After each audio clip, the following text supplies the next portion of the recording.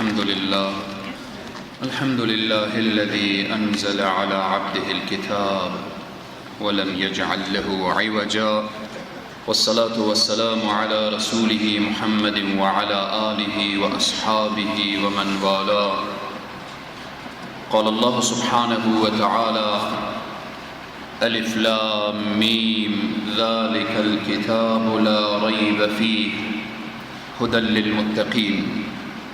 وأيضا قال الله سبحانه وتعالى: قل لئن اجتمعت الإنس والجن على أن يأتوا بمثل هذا القرآن لا يأتون بمثله ولو كان بعضهم لبعض ظهيرا. وأيضا قال الله سبحانه وتعالى: كتاب أنزلناه إليك مبارك ليدبروا آياته وليتذكر أولو الألباب. صدق الله العظيم. عن عائشة رضي الله عنها عن النبي صلى الله عليه وسلم قال: مثل الذي يقرأ القرآن وهو حافظ له مع السفرة الكرام البررة، ومثل الذي يقرأ وهو يتعاهده وهو عليه شديد فله أجران. رواه البخاري. وأيضا قال النبي صلى الله عليه وسلم: خيركم من تعلم القرآن وعلمه، أو كما قال: صدق النبي الكريم صلى الله عليه وسلم. خدمت سروران عزیز و بزرگان، موسفیدان، جوانان و نوجوانان عزیز، خواهر و برادر، پیر و جوان، السلام علیکم و رحمت الله و برکاته. الله سبحانه و تعالی طاعات و عبادات همه من و شما را مورد قبول درگاه خیش بگرداند. عزیزان و بزرگواران، در هفته گذشته و یا می توان گفت که در 2 جلسه و 2 هفته موضوع ما و شما پیرامون شناخت قرآن بود. ارتباط به قرآن در لغت و اصطلاحاً، ارتباط به نزول قرآن و ارتباط به معنا و مفهوم نزول و ارتباط به چگونگی نزول قرآن، ارتباط به وحی و انواع وحی و ارتباط به اسماء قرآن و نامهای قرآن و ارتباط به جماوری قرآن و همچنین ارتباط به آداب قرآن و مسائل دیگری که مرتبط به شناخت قرآن بود اشاره نمودیم. به خاطر استقبال از ماه مبارک رمضان که ماه نزول قرآن هست، گفتیم که با قرآن آشنا بشیم. یک بحث ما بود شناخت قرآن که قطره و شمه اشاره کردیم. امروز بحث ما پیرامون فضائل قرآن هست. قرآن، ارتباط به فضائل قرآن، آیات به احادیث زیاد هست. اگر بخواهیم که هفته ها پیرامون فضائل قرآن اشاره کنیم، هنوز هم نمیتوانیم حق قرآن را و فضائل قرآن را و موضوعاتی که ارتباط به فضل قرآن و عظمت قرآن و بزرگی قرآن هست بتوانیم حق مطلب نماییم. امروز فقط 10 آیه از آیات قرآن و 10 حدیث از احادیث گوهربار نبی مکرم اسلام صلی الله علیه و سلم پیرامون فضائل قرآن اشاره میکنیم. اگر بعداً وقت بود میریم به بحث هدف از نزول قرآن. اگر وقت اجازه نداد، هدف از نزول قرآن را ان شاء الله به هفته آینده اشاره خواهیم کرد. صریح میگذاریم. اگر بخواهیم این آیه را تشریح بکنیم و تفسیر بکنیم، خب چیز واضح و مسلمی هست که یک آیه و یک حدیث هم این وقت من و شما که در حدود 1 ساعت یا کمتر از 1 ساعت یا 40 دقیقه هست کفایت نمی کنه. بناهن به خاطر اینکه ذوق ما و شوق ما بیشتر به قرآن و به این ماهی که نزول قرآن هست، فقط فهرستوار اشاره میکنیم. ارتباط به فضائل قرآن از زبان خود قرآن همین که در ابتدای قرآن من و شما همین قرآن عظیم الشان که باز میکنیم، بعد از سوره فاتحه میگیم الف لام میم ذالک الکتاب لا ریب فیه. از این فضل بیشتر، عظمت بیشتر و از این بیشتر جایگاه چی باشه که در ابتدای این کتاب الله سبحانه و تعالی میفرمایه در این کتاب شکی نیست، تردیدی نیست. این جایگاه قرآن را نشان میده، این عظمت قرآن را نشان میده، این بزرگی قرآن را نشان میده. الله سبحانه و تعالی در سوره صاد در آیه 29 اشاره میکنه، آیه دومی که گفتیم از این 10 آیه اشاره کنیم، میفرمایه کتاب، وقتی میگه کتاب یعنی همین قرآن، کتاب انزلناه الیک، ما این را نازل کردیم به طرف تو ای پیامبر. خب از فضائل و عظمت و بزرگی این کتاب به ما میفهمانه که کتاب انزلناه الیک مبارک، این کتاب کتاب مبارک هست. این مبارک بودن این کتاب را کی میگه؟ الله میگه. خیلی مهمه وقتی یک کتاب یک شخصیت تالیف میکنه، تصنیف میکنه، ما بخواهیم کتابش را تعریف کنیم و توصیف کنیم، باید از زبان کسی بشنویم که کتاب معتبر است، که خودش معتبر باشه. ذات اقدس الهی پروردگار عالم میگه کتاب انزلناه الیک مبارک، این کتاب کتاب مبارکی هست. به دست خود بگیریم دستان شما با برکت میشه. در خانه‌ای که قرآن باشه او خانه با برکت هست. در دلی که قرآن باشه او دل پر از خیر و برکت هست. نبی مکرم اسلام صلی الله علیه وسلم میفرمایند در دلی که قرآن نبود کالبیت الخرب، مثل یک خرابه هست. در یک جای شما گذر میکنیم یا سفر میکنیم میبینیم چند تا خانه خرابه، ویرانه، کلبه های ویران شده، هیچ کس به اونا توجه نداره. نبی مکرم اسلام میفرمایند در دلی که قرآن نبود کالبیت الخرب، مثل یک ویرانه هست. که الحمدلله در دل هر مسلمان قرآن هست.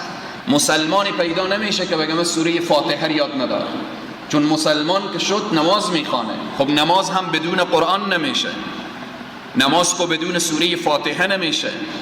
پس همان مسلمانی که هیچ از قرآن حفظ نداشته باشه، سوره فاتحه و چند سوره های اخیر قرآن، از سوره فیل گرفته تا سوره قریش و ماعون و کوثر و سوره کافرون و فتح و سوره تبت یدا ابی لهب و بالآخر اخلاص و فلق و ناصر، این 10 سوره آخر یعنی اکثر مسلمان ها به نزدیک به کل حفظ دارن. اما مسلمانی که بیشتر حفظ داره قلبش نورانی تر هست، مسلمانی که بیشتر تلاوت داره قلبش منور هست. پس این آیه قرآن به فضائل و عظمت قرآن اشاره میکنه. کتاب انزلناه الیک، کتابی که نازل شده به طرف تو، این کتاب مبارکون، این کتاب مبارکی هست. پس دانستیم قرآن کتاب چی شد؟ کتاب مبارکیه، کتاب با برکتیه، کتابیه که به دست خود بگیریم دست با برکت میشه، به چشم خود نگاه کنیم چشم با برکت میشه، به قلب خود تلاوت کنیم قلب منور میشه، و به زبان ما وقتی تلاوت میشه زبان ما، کام ما معطر میشه. سوم، الله سبحانه و تعالی به عظمت و بزرگی این قرآن اشاره میکنه و میفرمایه قل بگو، ای پیامبر بگو به این افراد و اشخاصی که فکر میکنن این کتاب ساده هست، کسانی که فکر میکنن، چون در صدر اسلام مشرکین میگفتن پیامبر این کتاب را از پیش خود نوشته، بعضی از مشرکین میگفتن پیامبر این کتاب رفته پیش یک راهب بالآخره از او آموخته. الله سبحانه و تعالی میگه بگو قل لئن اجتمعت الانس والجن على ان یأتوا بمثل هذا القرآن، بگو اگر جمع شوند جن و انس همه اگر جمع بشن على ان یأتوا بمثل هذا القرآن، که مثل این قرآن بیاورن، لا یأتون بمثله، مثل این قرآن آورده نمیتوانند. چقدر این قرآن با عظمت صحبت میکنه، چقدر این قرآن با صلابت صحبت میکنه و متوجه میسازه. ولو کان بعضهم لبعض ظهیرا، اگر دست به دست هم بدن، پشت به پشت هم دیگر قرار بگیرن، مثل قرآن آورده نمیتوانند، مثل قرآن ساخته نمیتوانند. شما ببینیم دشمنان اسلام از صدر اسلام بالای کعبه حمله کردن، بالای کعبه حمله کردن دشمنان، حجر الاسود دزدیدن، چندین سال حجر الاسود غائب بود تا اینکه الله سبحانه و تعالی پس اون را به دست مسلمان ها قرار داد و حجر الاسود در جای خود قرار گرفت. یعنی بالای حجر الاسود دشمن حمله کرد، بالای کعبه حمله کرد، به بالای پیامبر اکرم صلی الله علیه وسلم در حیات اینا چندین مرتبه دشمنان اسلام حمله کردند. در حیات رسول صلی الله علیه وسلم به رسول معظم اسلام شروع کردن به توهین و به تحقیر و به اینها. بعد از حیات رسول الله صلی الله علیه وسلم تا به امروز میبینیم دشمنان اسلام به نوعی از انواع با پیامبر اکرم صلی الله علیه وسلم کوشش میکنن که یک اشکال اعتراض و بالاخره وارد بسازن. در تمام مقدسات اسلامی به نوعی از انواع دشمن یک حمله کرده. آیا ما و شما فکر میکنیم که در قبال قرآن دشمن ساکت بوده؟ نه، ده ها جلسه، صدها جلسه، هزاران جلسه دشمنان اسلام نشستن که بیاییم در قرآن اشکال پیدا کنیم، نتوانستن. هزاران جلسه گرفتن که بیاییم قرآن را تغییر بدیم، قرآنی که در شرق یک قرآنی باشه، در غرب باشه یک قرآن باشه، نتوانستن.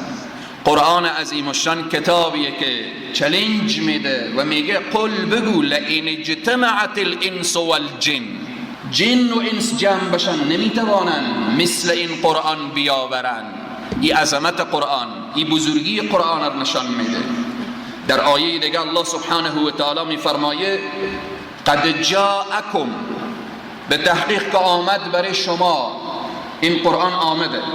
از کجا آمده؟ عزیزان و بزرگواران، کسی برای ما یک تحفه و یک هدیه بیاره میپرسیم که این را کی آورده، از کجا آورده، چی کسی هست؟ الله میفرمایه قد جاءکم، این قرآن آمد برای شما. از کجا؟ من الله، از جانب الله آمده، از جانب پروردگار عالم آمده. قد جاءکم من الله، چی خصوصیات داره؟ نور، این نور هست، روشنایی هست، سعادت، فوز، فلاح، رستگاری، کامیابی، نه تنها در دنیا بلکه در دنیا و آخرت پیروان خود را خوشبخت و تعالی و ترقی می بخشه. به این عزیزان و بزرگواران قد جاءکم من الله نور، قرآن چی شد؟ نور هست. از جانب کی آمده؟ از جانب پروردگار عالم. در آیه دیگه الله سبحانه و تعالی ارتباط به عظمت قرآن، ارتباط به بزرگی قرآن، ارتباط به فضائل قرآن میفرمایه. آیه 5 گفتیم 10 آیه اشاره میکنیم و 10 حدیث از احادیث گوهربار نبی کریم صلی الله علیه و سلم. آیه 5 الله سبحانه و تعالی میفرمایه ان الذين يتلون کتاب الله، همانا کسانی که تلاوت میکنن این کتاب را، کتاب الله را. ان الذين يتلون کتاب الله و اقام الصلاة، و نماز برپا میدارن، و انفقوا، و انفاق میکنن در راه الله، مما رزقناهم سرا و علانیه، در راه الله انفاق میکنن پنهان و آشکارا. این خصوصیات شما عزیزانی که اینجا نشسته هستیم ببینیم چقدر با این آیه الحمدلله همه ما و شما عامل هستیم. کسانی که تلاوت میکنن کتاب الله را. من و شما وقتی به نماز استاده میشیم قبلا نماز خواندیم، تحیت المسجد خواندیم، قرآن تلاوت کردیم، همین کلام الله را.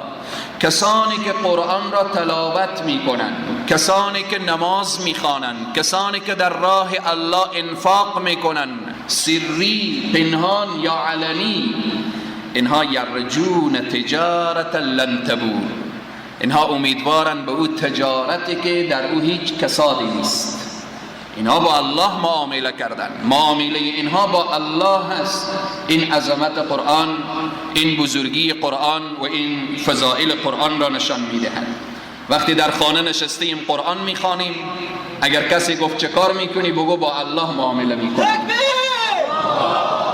در گوشه نشسته هستیم قرآن تلاوت داریم، اگر کسی پرسان کرد چه کار میکنی بگو که من در حال گفتگو با الله هستم، الله با من سخن میگوید. در بعضی اقوال میآوره که میخواهی که با الله سخن بگویی نماز بخوان، میخواهی که الله به تو سخن بگه قرآن بخوان. نماز که میخوانی یعنی تو با الله گفتگو داری، قرآن تلاوت میکنی الله با تو گفتگو داره، الله به تو میگه چه کار بکن و چه کار نکن. آیه ششم الله سبحانه و تعالی میفرمایه، آیه هفتم، آیه اول الف لام میم ذلک الکتاب لا ریب فیه، آیه دوم کتاب انزلناه الیک مبارک، آیه سوم قل لئن اجتمعت الانس والجن، آیه چهارم قد جاءکم من الله نور و کتاب مبین، آیه پنجم لا یأتیه الباطل. که الله سبحانه و تعالی در این آیه، چون آیه پنجم از پیش من ماند، آیه پنجم الله سبحانه و تعالی عظمت قرآن و بزرگی قرآن را اشاره میکنه. لا یأتیه الباطل من بین یدیه ولا من خلفه. این قرآن کتابی هست، کتابیه که نه از پیش رو به این باطل وارد میشه و نه از پشت سر. یعنی چی؟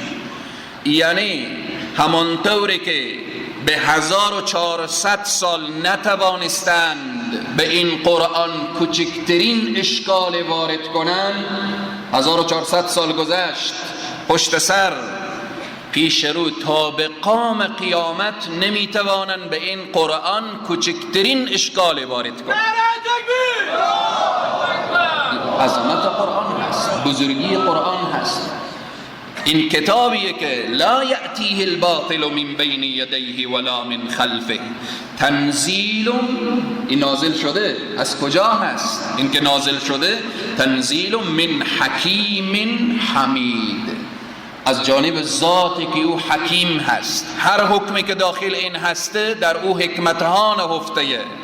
حمید، ستوده شده هست، به نفع بندگان هست.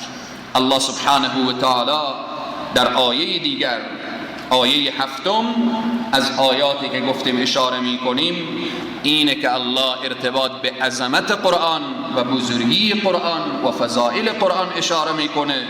و اذا قرئ القرآن فاستمعوا له و انصتوا لعلكم ترحمون.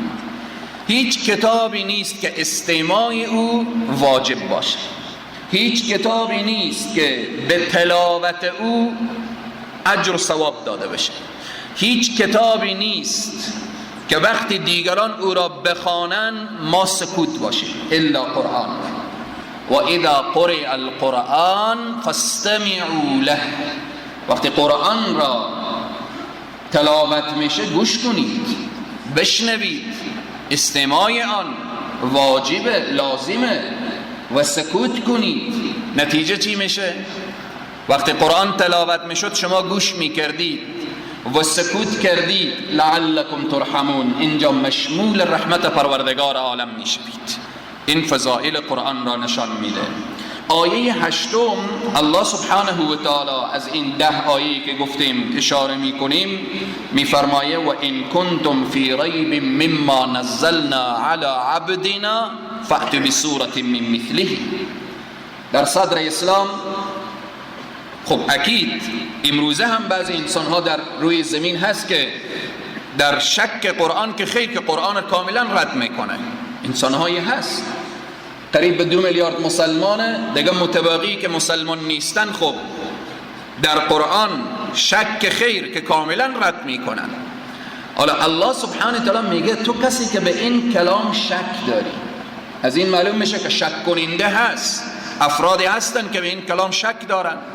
همین امروزه انسانهای بدبخت و شقی و بالآخره که حتی شاید نام مسلمان هم بالا نباشه، سکولارها و بالآخره انسانهای بیدینی که تعصی و بالآخره زیر تأثیر دنیای غرب قرار گرفتن، الان میبینیم به بعضی آیات قرآن اشکال وارد میکنن. الله سبحانه و تعالی میفرماید خب شما که شک میکنید، تردید دارید، این موضوع خود شما هست، اما اگر راست میگویید و این کنتم فی ریب مما نزلنا علی عبدنا فأتوا بسوره، یک سوره مثل قرآن بیاورید به اندازه سوره کوثر، به اندازه سوره کوثر، ان اعطیناک الکوثر فصل لربک وانحر ان شانئک هو الابتر، مثل همین سوره موجز و خلاصه یک سوره بیاورید. این اجازه قرآن هست. شما میدانیم که امروز دنیای عرب با همون فصاحت و بلاغت، عرب ها چنین نیست که هر چی که عرب و مسلمان باشه. بین عرب ها خیلی عرب های مسیحی هن، بین عرب ها عرب هایی که یهودی هن، بین عرب ها عرب های بیدینی هن، بین عرب ها عرب های بالاخره کمونیستی هن.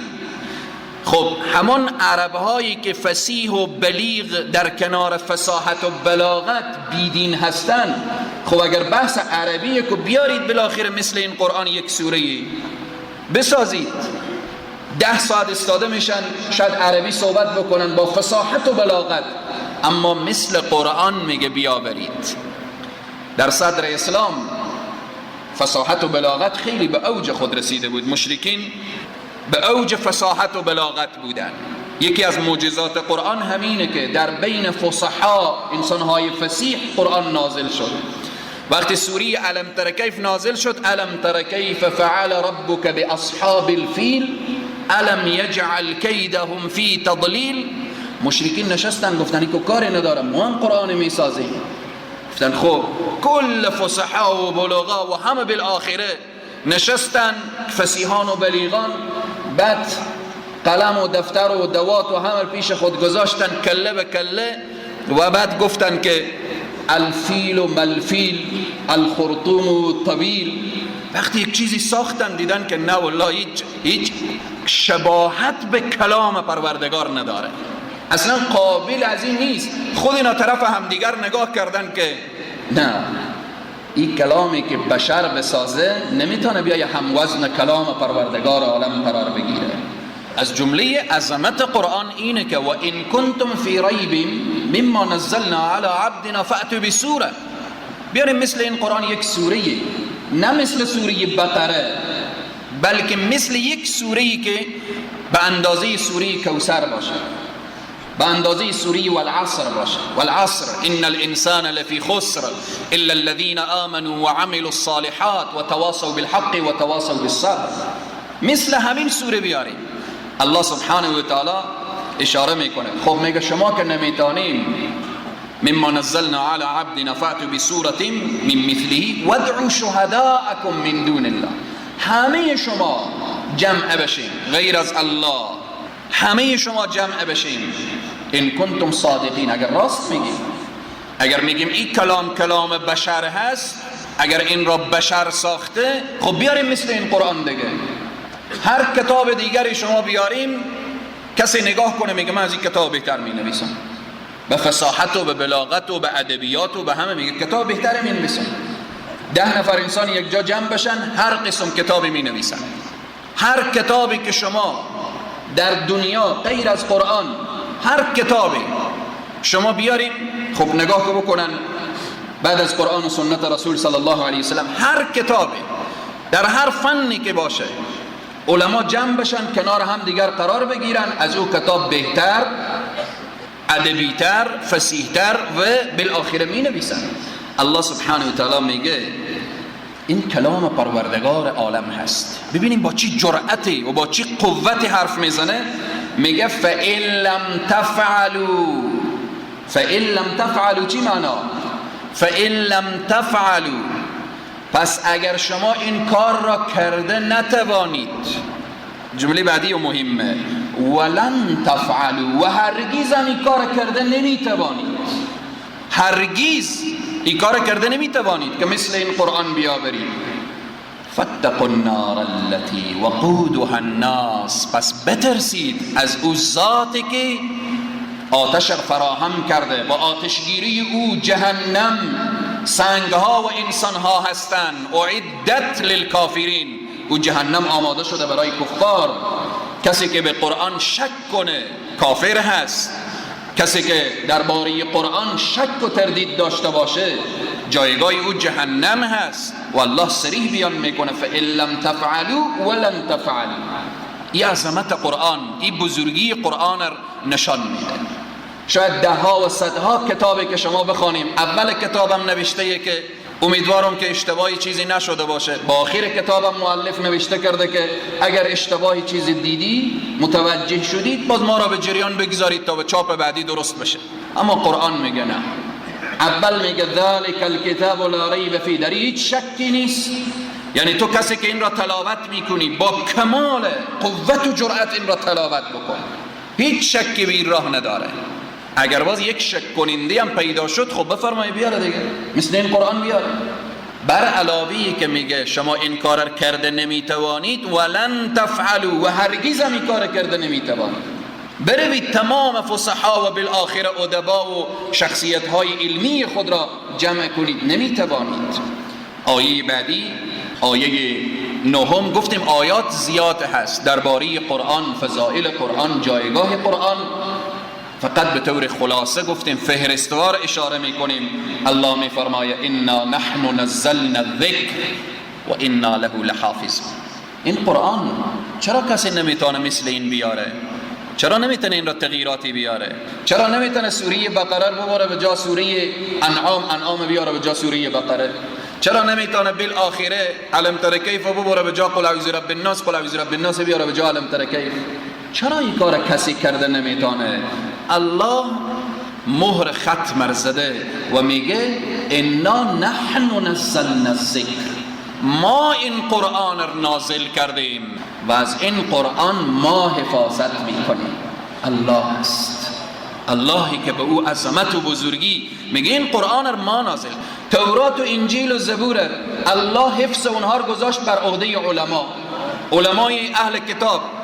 گفتی تورات، انجیل، یم زبور. تحریف شد، تغییر کرد. از تورات چیزی نمانده، از انجیل چیزی نمانده، از زبور چیزی نمانده. در هر سال مثل که موتر 2013 و 15 و 18 و 2020 میآیه، هر سال انجیل 2017 میآیه. در سال 2018 انجیل 2018، در سال 2020 انجیل 2020. علما و بالاخره علمای اهل کتاب می نشینن که امسال باز ما چکار کنیم که مردم علیه ما بر نخیزن و بالاخره چی به نفع ما هست چی به ضرر ما هست. شروع میکنن به نام کتاب الله و به نام تورات و انجیل چیزهای می نویسن، بعد چاپ میکنن میگن این انجیل سال جدید هست. الله سبحانه و تعالی حفظ قرآن را بر عهده خود گذاشت. اگر این حفظ قرآن هم به عهده علمای امت می بود الله نجات بده. علمای سوئی که در بین جامعه قرار دارن، در بین کشورهای اسلامی علمای سوئی که حکام ظالم را تایید میکنن، خب اگر حفظ قرآن به عهده علما می بود تا حال 10 تا قرآن برای حکام ظالم نوشته میکردن و میگفتن که الله چنین گفته و چنان کرده.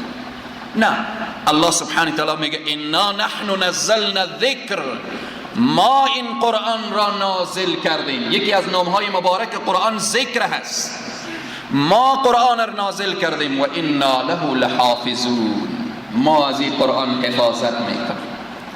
وقتی الله حافظ از این قرآن باشه، از قرآن حفظ بکنه، آیا کسی پیدا میشه که این حفظ قرآن را الله سبحانه و تعالی به ذریعه چی؟ به ذریعه بندگان خود. در دنیا هیچ کس پیدا نمیشه الان در بین یهودیان بگن فلان شخص حافظ توراته. در بین مسیحیان و اهل کتاب هیچ کس پیدا نمیشه که بگن این فلانی حافظ انجیل یا زبوره. از جمله اعجاز قرآن هست. چند تا طفل 7 ساله در بین امت اسلامیه که حافظ قرآنه. 7 ساله. چند تا خواهر مسلمان بین امت اسلامی که حافظان قرآن هستند. جوان 7 ساله عربی نمیفهمه، عربی نمیفهمه که نعم یعنی چی. یک کلمه که برای او بگیم نعم یعنی بله، لا یعنی نه. یک نعم و لار نمیفهمه. کل قرآن از اول تا آخر یک اشتباه هم نمیکنه. الله این چنین کلام خود را حفظ میکنه. این چنین حافظ قرآن. چند روز قبل یک کلیپ دیدم خیلی برای ما واقعا هم از یک خواهر بود هم از یک برادر. یک برادری از یکی از کشورها از تمام وجود حالت فلج باری هست. سر به اختیار یونی، دست به اختیار یونی، پا به اختیار یونی. او آوردن روی یک چوکی نشاندن. حرف زده نمیتونه، خیلی به مشکل حرف میزنه. شاید سنم 10 الی 12 سال. بعد یکی از مشایخ بزرگ امت اسلامی قرآن رو به دست گرفته. از این جوانی که دست و پا کار نمیکنه، سر از او حتی به اختیاری و نیه. شاید خیلی از عزیزان در فضای مجازی دیده باشن، اما از کل قرآن از او سوال میکنه. بخوان. حرف زده نمیتونه، اما در وقت تلاوت قرآن زبانی و چنان فصیح و باز هست که یکی از بهترین قاریای دنیا است. قرآن رو تلاوت میکنه. بعد از او پرسان میکنه جز چند؟ میگه این آیه که تلاوت شد جز 15 در فلان سوره در فلان آیه هست. حتی شماری آیات را میگه. اینه که انا نحن نزلنا الذکر و انا له لحافظون. ما قرآن را نازل کردیم و ما قرآن را حفاظت میکنیم. قرآن را حفاظت میکنیم. خیلی از عزیزانی که از نعمت چشم محرومن، چقدر بین اونها محافظ قرآن داریم. الله غریق رحمت کنه. یکی از استادای مدرسه دارالعلوم از چشمای خود نابینا بودن. مقام استادی به من هم داشتن. یک روز جای کسی قرآن تلاوت میکرد، اونها نشسته بودن. شخص اشتباه کرد، از پیش صحبه شد. اینا صدا خور بالا کردن. الله غریق رحمت کنه 2 ماه 3 ماه قبل فوت کردن. نابینا از چشمان خود. شخص قرآن را اشتباه کرد، صدا خور بالا کردن. باز من شوخی کردم، گفتم جناب استاد شما خب مسلمان اشتباه شده و بالاخره. بعد گفت که ابوبکر صدیق اعلان کرد که ابوبکر زنده باشه و دین در حال نقص و ناقصی باشه هرگز اجازه نمیدم. این استاد برداشت گفت، نام خود را گفتن تا من زنده باشم با خدای خود عهد کردم که به پیش من کسی قرآن را اشتباه بخوانه جلو از او میگیرم. او استاد بزرگوار از دنیا رفتن. چی خوبه همه ما دعا کنیم الله روح اینا شاد داشته باشه و قبرشان را روضة من ریاض الجنه بگردن. الله همه حافظان قرآن و اهل قرآنی که از دنیا رفتن الله قبورشان را روضة من ریاض الجنه بگردن. حالا شما ببینیم یک حافظ نابینا چشمانش نمیبینه، اما از اول قرآن تا آخر قرآن یک فتحه و ضمه و کسره از پیش از اون نمیمانه. بر علاوه تصمیم میگیره که در جایی که اون نشسته باشه قرآن کسی اشتباه نخوانه. اینه که انا نحن نزلنا الذکر و انا له لحافظون. ما قرآن را نازل کردیم و از این کتاب حفاظت میکنیم، از این قرآن محافظت میکنیم. کار ساده ای نیست عزیزان من. از الف الحمد تا سین و الناس حافظان قرآن ما استاده میشن، قرآن را تلاوت میکنن. این لطف الهی و فضل الهی هست. کسی که حافظ قرآنه و کسی که داخل خانه خود حافظ قرآن داره، کسی که فرزندش حافظ قرآن هست و خانوادهش یکی از اونها حافظ قرآن هست، قدر حافظان قرآن را بدانید. اونها کسانی هستند که الله سبحانه و تعالی توسط حافظان قرآن الله کلام خود را حفظ میکنه. عرب، عجم، سیاه، سفید، ترک، در کشوری نیه که حافظ قرآن نباشه. در کشوری نیه که حافظ قرآن نباشه. الان مسلمانانی در امریکا، جنسیه امریکایی، در خانواده‌ای که در امریکا تولد شدن، مسلمانن، حافظ قرآنن. این حفظ دین رو نشان میده. الان در خیلی قریه‌های دور افتاده سرزمین ما و شما خیلی افرادی نان نداره بخوره، ولی فرزندش حافظ قرآن است، دخترش حافظ قرآن شده، یکی از خانوادهش حافظ قرآن هست. به این عزیزان و بزرگواران که الله می فرمایه انا نحن نزلنا الذکر و انا له لحافظون. آیه دهم الذین آمنوا و تطمئن قلوبهم بذکر الله، کسانی که ایمان آوردن، اهل ایمان، قلبهای اونها را چی چیز اطمینان میبخشه؟ قرآن. میخوایم قلب ما آرام بشه، قرآن بخوانیم. میخوایم قلب ما صیقل پیدا کنه، قرآن بخوانیم. و ادامه میفرمایه الا بذکر الله تطمئن القلوب، آگاه باشید که یاد الله و ذکر الله قلبها را مطمئن میسازه.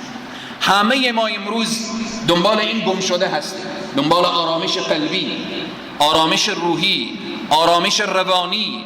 روح ما، روان ما آرام بشه، الله میفرمایه آگاه باشید. من یک مثالی بیان میکنم. کسی که موتر ساخته، او بیشتر به جزئیات او موتر میفهمه یا ما و شما؟ طبعا اکید کسی که موتر ساخته به جزئیات از او میفهمه که چگونه تیل میخوره، چگونه بنزینی میخوره، چگونه روغن استفاده میشه، چگونه و بالاخره به صغیر و کبیر او موتر، به صغیر و کبیر او ماشینی که برق و اینها کسی میفهمه که او ساخته. خالق من و شما کیست؟ الله ما را ساخته، الله ما را خلق کرده. الله برای ما میگه بنده میفهمی که سبب آرامش تو چی هست؟ بنزین تو چی هست؟ سبب عروج تو چی هست؟ روح و روان تو را چی آرام میکنه؟ ذکر الله است. الا بذکر الله تطمئن القلوب. آگاه باشید که ذکر، یکی از نامهای قرآن هم گفتیم چیه؟ ذکر. خسته که هستی قرآن بخوان، عصبانی قرآن بخوان، قرآن تلاوت کن، قرآن رو به شکل بردار، با همون شروط و با همون اخلاصی که گفته شده بردار، قرآن رو بخوان، تلاوت کن. از جمله آداب قرآن که گفتیم با طهارت، با عجز، عاجزی، تواضع، فروتنی قرآن رو بردار و تلاوت بکن.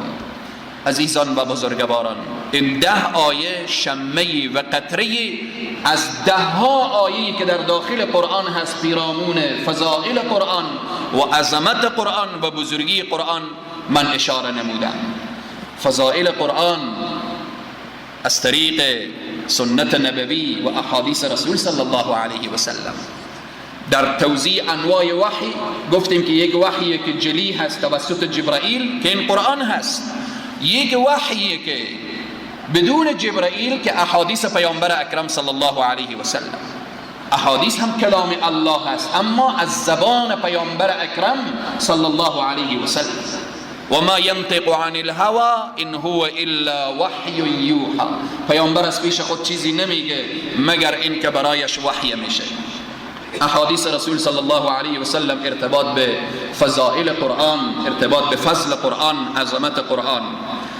سنن دارمی روایت میکنه از پیامبر اکرم صلی الله علیه و سلم که رسول معظم اسلام میفرمایند فضل کلام الله علی کلام خلقه، فضیلت کلام الله تا فضیلت کلام مخلوق، کلام بشر چقدر هست؟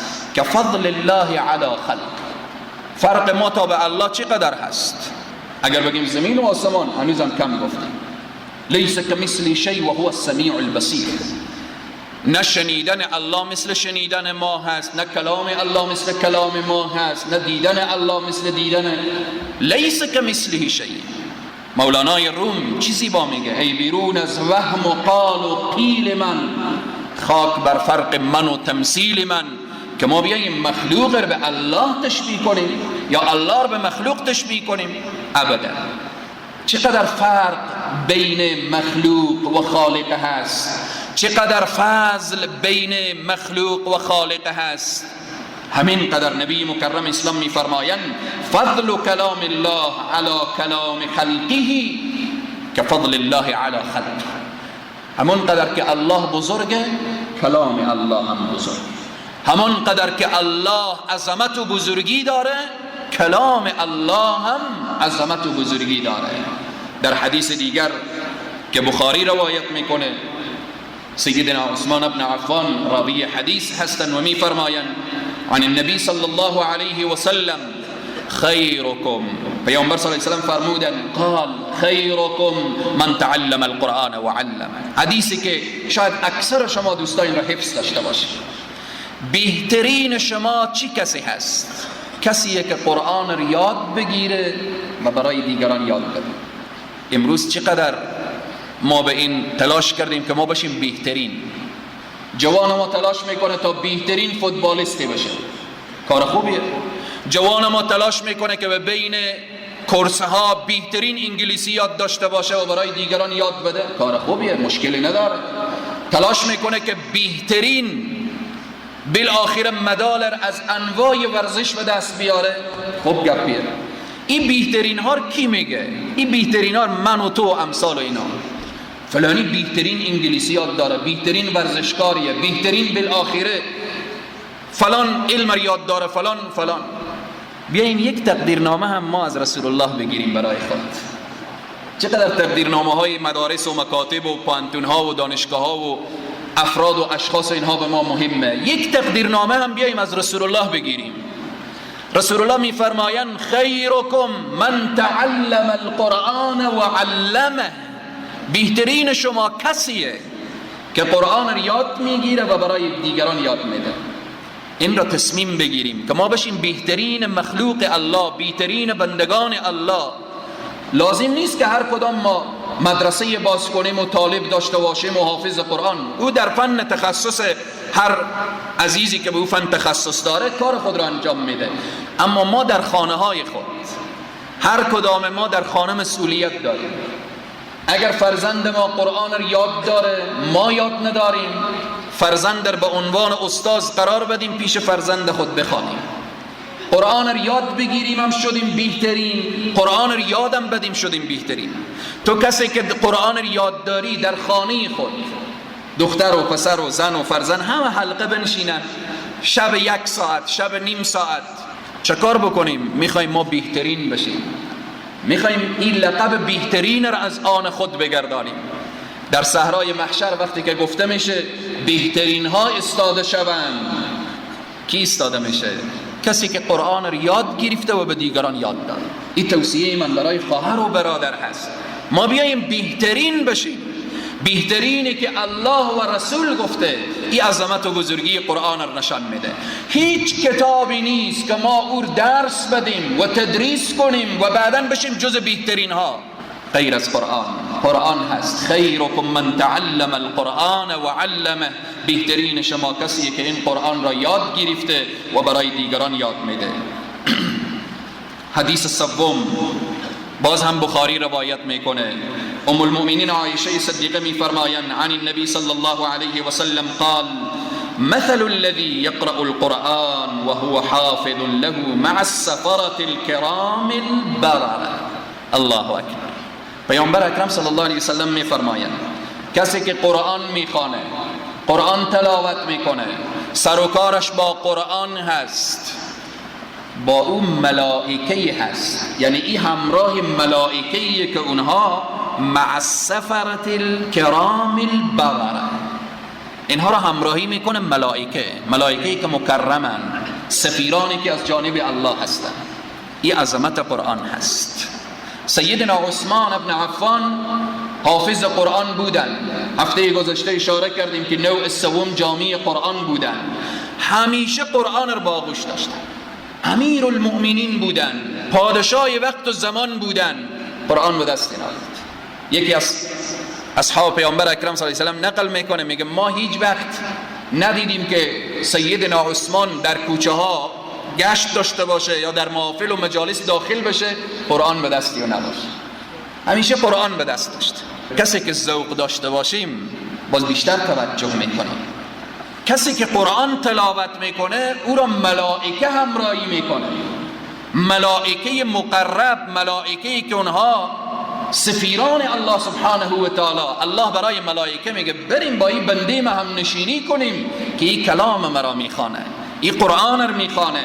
در ادامه میفرمایند و مثل الذی یقرأ و هو یتعاهده و هو علیه شدید فله اجران.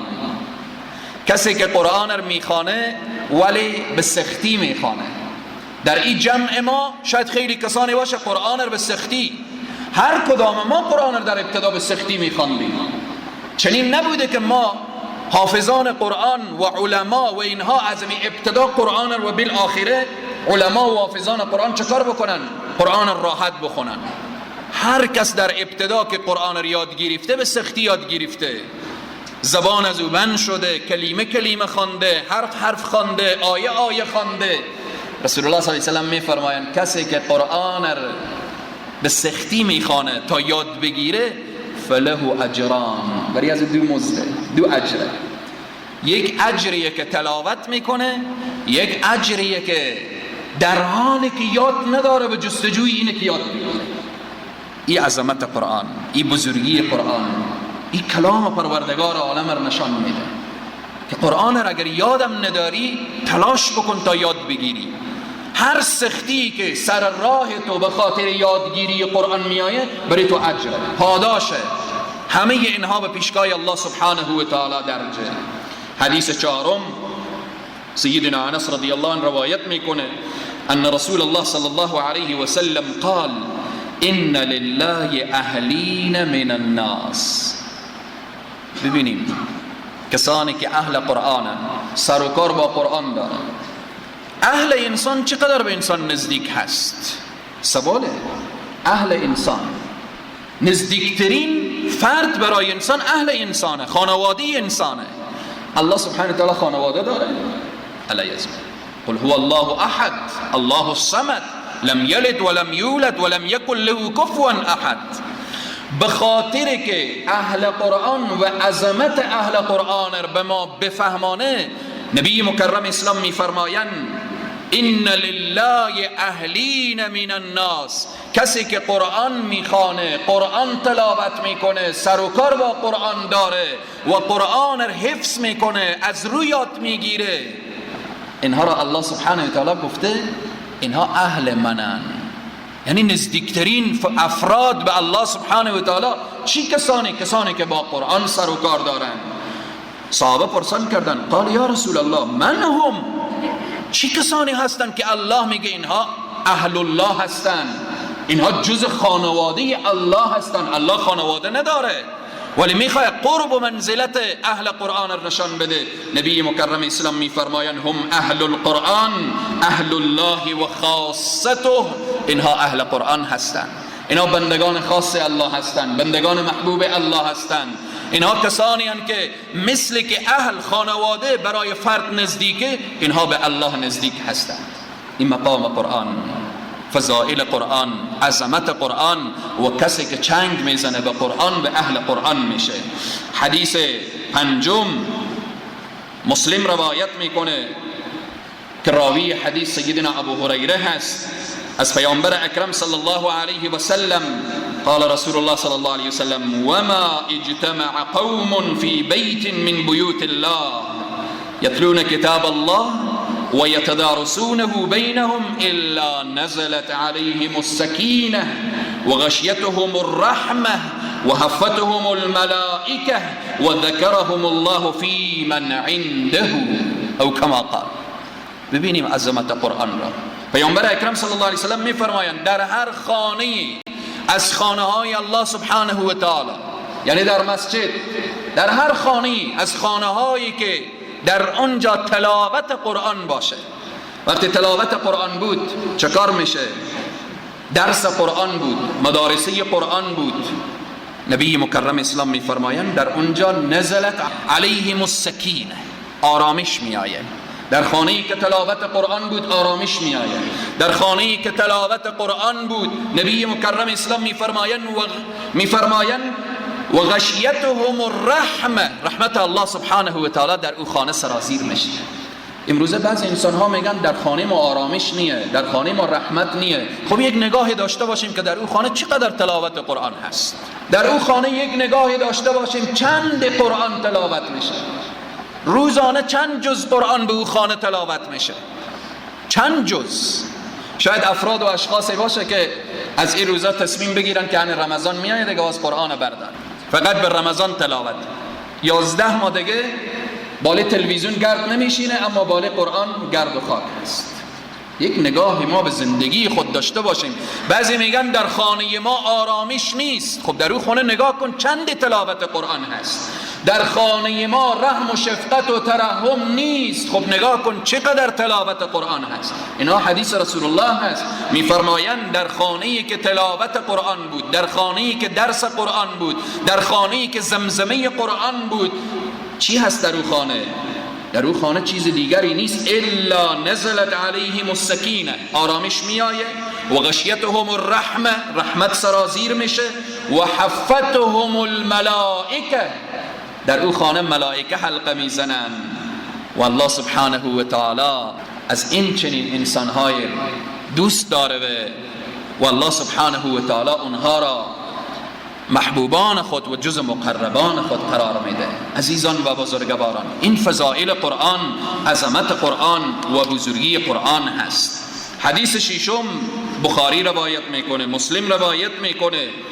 عبدالله ابن عمر میفرمایند عن النبی صلی الله علیه و سلم قال لا حسد الا في الاثنين، رجل آتاه الله القرآن فهو يتلوه آناء الليل وآناء النهار، ورجل آتاه الله مالا فهو ينفقه آناء الليل وآناء النهار.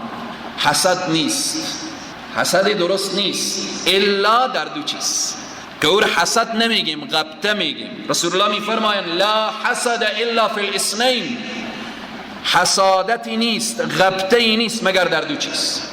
در دو چیز غبطه بخورید. کسی را دیدیم که شب و روز قرآن تلاوت میکنه، بگیم کاش که ما هم امیت یاد میداشتیم، کاش ما هم مثل از این میخواندیم. مرد را دیدیم که در شب و روز در پنهان و آشکارا صدقه میده، بگیم کاش که ما هم میداشتیم. همین کاشکی و همین آرزو اجر و ثواب داره. غبطه‌ای نیست مگر در دو چیز. بیاییم ما بالاخره قرآن میفرمایه فاستبقوا الخیرات، به کارهای خیر سبقت بگیریم. نگاه کنیم دوست ما روز چند جز قرآن تلاوت میکنه؟ روز یک جز، بگیم ما باید 2 جز تلاوت کنیم. از رفیق خود پرسان کنه جوان مسلمان تهجد چند رکعت میخوانی؟ ای گفت 4 رکعت، باز تو 6 رکعت بخوان. ای گفت 6 رکعت، تو 8 رکعت بخوان. به جوان بگو دوستم، رفیقم، عزیزم، چند وقت به نماز شرکت میکنی؟ به جماعت ها گفت که از 5 وقت 3 وقت شرکت میکنم. بگو الحمدلله ما که 5 وقت شرکت میکنم. کارهای خیر سبقت بگیریم، به کارهایی که در روز قیامت دست ما را میگیره و ما را به فوز و فلاح و رستگاری میرسانه، به اونها سبقت بگیریم. پس به اینه که غبطه، حسادت درست نیست. لا حسد الا فی الاثنین. کسی میبینیم قرآن تلاوت میکنه، حسادت کنیم. به این حسادت این نه که بالاخره در دل خود بگیم چقدر این تلاوت میکنه و ما هیچی نه. غبطه اینه که بریم از او بیشتر تلاوت کنیم. انفاق میکنه، بریم از او بیشتر انفاق بکنیم، تا اینکه در روز قیامت پله حسنات ما سنگین باشه. حدیث هفتم عبدالله ابن عمر رضی الله عنه روایت میکنه از پیامبر اکرم صلی الله علیه و سلم. صریح میگذارم چون نکات دیگری داریم در اخیر بحث که باید اشاره بشه. نبی مکرم اسلام میفرمایند یقال لصاحب القرآن اقرأ وارقع ورتل كما كنت ترتل في الدنيا. در روز قیامت برای اهل قرآن چی گفته میشه؟ درجات انسان به چی هست؟ درجات انسان به همین دنیا یک نفر عسکر ساترمن میشه، بالاخره باز میرسه جنرال میشه، مارشال میشه، تا بالاخره به یک جایی میرسه. وقتی که در نظام هر کس که او رو ببینه نظر به همون رتبه و او رو احترام میگذاره، نظر به رتبه. و روز قیامت دیگه باز نیه که بگن جنرال صاحب، مارشال صاحب بفرماییم بالا بریم، سرشونه شما 6 تا ستاره یا 8 تا ستاره. نه ایت نیه. روز قیامت میگن هر کس قرآن بیشتر خوانده بفرمایید، هر کس قرآن بیشتر خوانده. بلال حبشی مقامی و میره بالا، اگر ابو جهل هم که مقام جنرالی و مارشالی و هرچی گرفته بود باید بفرمایید به کنار بره. به اینه که این مقام های دنیویه، این متوجه باشید. اگر عسکر، مارشال، بالاخره دیگرمن و فلانمن و من هرچی که هست، این را متوجه بشن که در آخرت یک من به درد میخوره که او هم اهل قرآن باشه. انسان اهل قرآن در روز قیامت گفته میشه اقرا، میخوای مقامتو بالا بره، تو دیگه در دنیا خیلی قرآن خوانده بودی، هر لحظه قرآن میخواندی، بعد از نمازها قرآن میخواندی، تلاوتت زیاد بود، اقرا بخوان، اقرا ورقه ورتل کما کنت ترتل فی الدنیا، مثل که در دنیا تلاوت میکردی حالا دیگه تلاوت بکن و برو مقامتو بالا بره. از می الحمد که شروع میشه، الحمدلله رب العالمین، برو بالا، الرحمن الرحیم، برو بالاتر، مالک یوم الدین، برو بالاتر، برو دیگه تا سین و الناس. هر چی که تلاوت در دنیا بیشتر کردی مقامتو میره بالا، میره بالا. این عظمت قرآن و فضائل قرآن هست. میفرماید فإن منزلتك عند آخر آیت تقرأها، آخرین منزلتو همان آیه که تلاوت کردی. 30 جز قرآن تلاوت کردی به اندازه 30 جز مقامتو میره بالا، 10 جز تلاوت کردی به اندازه 10 جز، 2 جز همون اندازه. این فضائل قرآن هست. توصیه به تمام جوانانی که به رتبه های دنیوی تلاش میکنن، اشکال نداره، برو هر رتبه دنیا را به دست میاری، مشکلی نیست. مهم اینه که رتبه آخرت را فراموش نکنیم، مقام آخرت را فراموش نکنیم، درجات آخرت را فراموش نکنیم که در آخرت خواجه انصار چی زیبا میفرمایند، روز قیامت روزیه که چی بسا عزیزها ذلیل میشن و چی بسا ذلیلها عزیز میشن، چی بسا ذلیلها عزیز میشن. اونجا رتبه، مقام، درجه از تلاوت قرآن و عمل به قرآن داده میشه. حدیث هشتم عبدالله بن مسعود روایت میکنه که پیامبر اکرم صلی الله علیه و سلم میفرمایند القرآن شافع مشفع. روز قیامت انسان صحرای محشر که میبینه، وحشت، نگرانی، خوف، یوم یفر المرء من اخیه و امه و ابیه، روزی که هر کس از پیش همدیگر فرار میکنه، روز نگران کننده، سخت، انسان پریشان استاده. یک لحظه فکر بکنیم در یک دشت بیابان انسان نگران و پریشان باشه، هیچ چیزی هم، هیچ امیدی هم به هیچ طرفی نداشته باشه، یک بار کسی پیدا باشه و دست آدم رو بگیره که بیا من تو رو میبرم به سر منزل مقصود، چقدر انسان خوش میشه. در اون روز سخت و دشوار، روز قیامت، ناگه قرآن میآید، قرآن میآید و دست انسان رو میگیره، میگه من همان کلام پروردگارم که همه خواب بودن تو مرا تلاوت میکردی،